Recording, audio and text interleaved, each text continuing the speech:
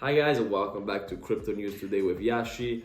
Haven't posted the past couple of days. I was busy up in Chicago, so I didn't have my material, couldn't do anything. But here we are and let's get right to it. Let's start with prices. Bitcoin has 15,604. It went down right under that, around 15,300 earlier this weekend because there was a lot of insecurity, but it came back up from there.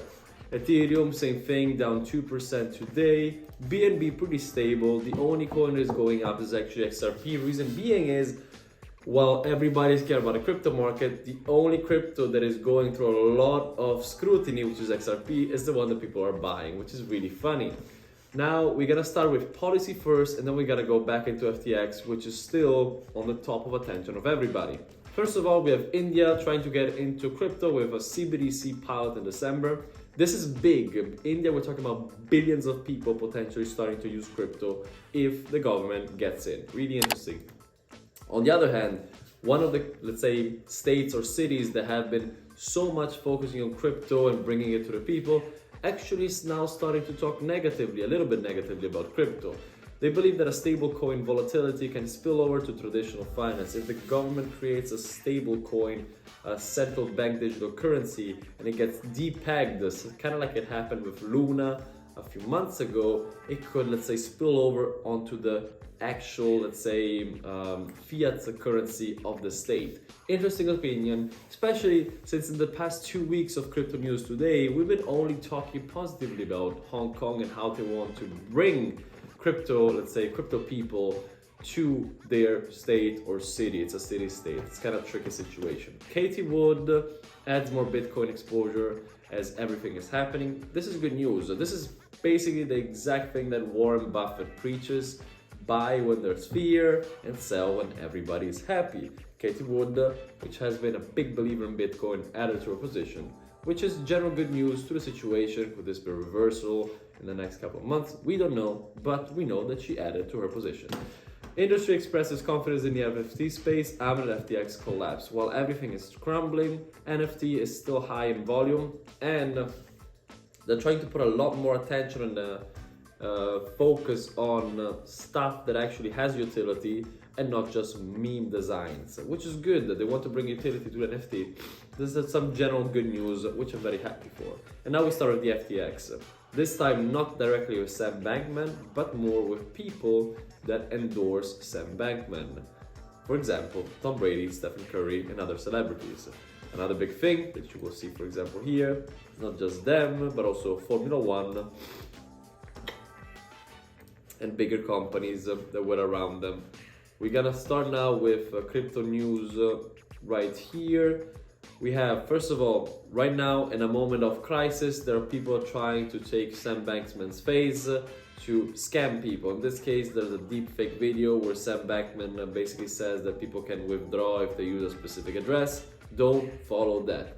Any kind of release that you see from Sam Bankman, always double check, because there are people that are taking advantage of people who don't know. In this case, the video is fraudulent. The link is trying to push people onto is also fraudulent. Could be a malware, I don't know. These countries were hit the hardest by FTX. There's a general list of how many people were using FTX by state. South Korea was the worst. Italy, surprisingly, was pretty high up there compared to, for example, the United States, which was a number 18, and United Kingdom number 12. So sad to see that some countries were in the hundreds of thousands of users. South Korea is pretty crazy. The spillover was quite huge. Vitalik Buterin, Singapore's current crypto regulation is not working. Here's why. So Vitalik Buterin, owner of Ethereum, owner and creator of Ethereum, is pro-regulation but not too much.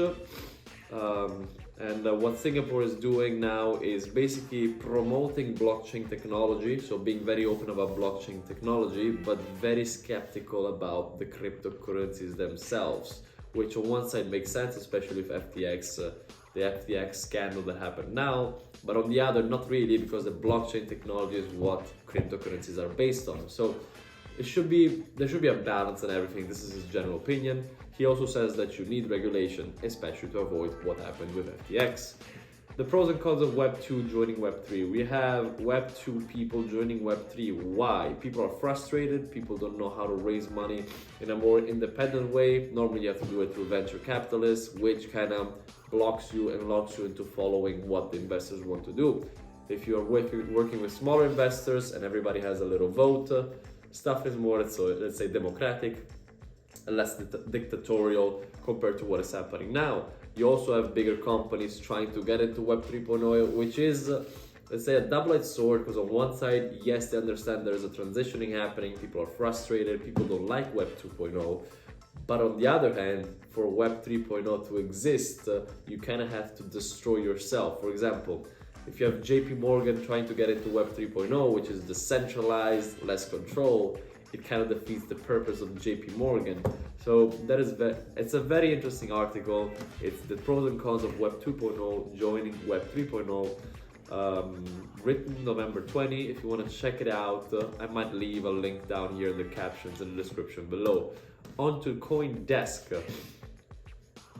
Bitcoin falls to 2-year low on renewed contagion fears. We have Genesis Global, another big exchange that is connected to FTX, who mentioned about bankruptcy as people trying to withdraw funds from them. They didn't announce it yet. We'll see if they're able to survive, if they're able to get some funding, for example, from other companies. They tried with Binance.com, but Binance said that there are too many conflicts of interest for them to save this company, Genesis. So we'll see if they're able to survive. On to this one is very interesting. Now, after 2 weeks of the whole scandal, we now know sorta how much money FTX has.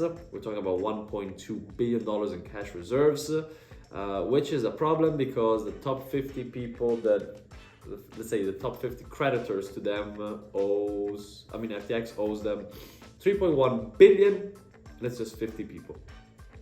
50 bloody people. So that's a big problem. We also know a little bit about the structure of Sam Bankman.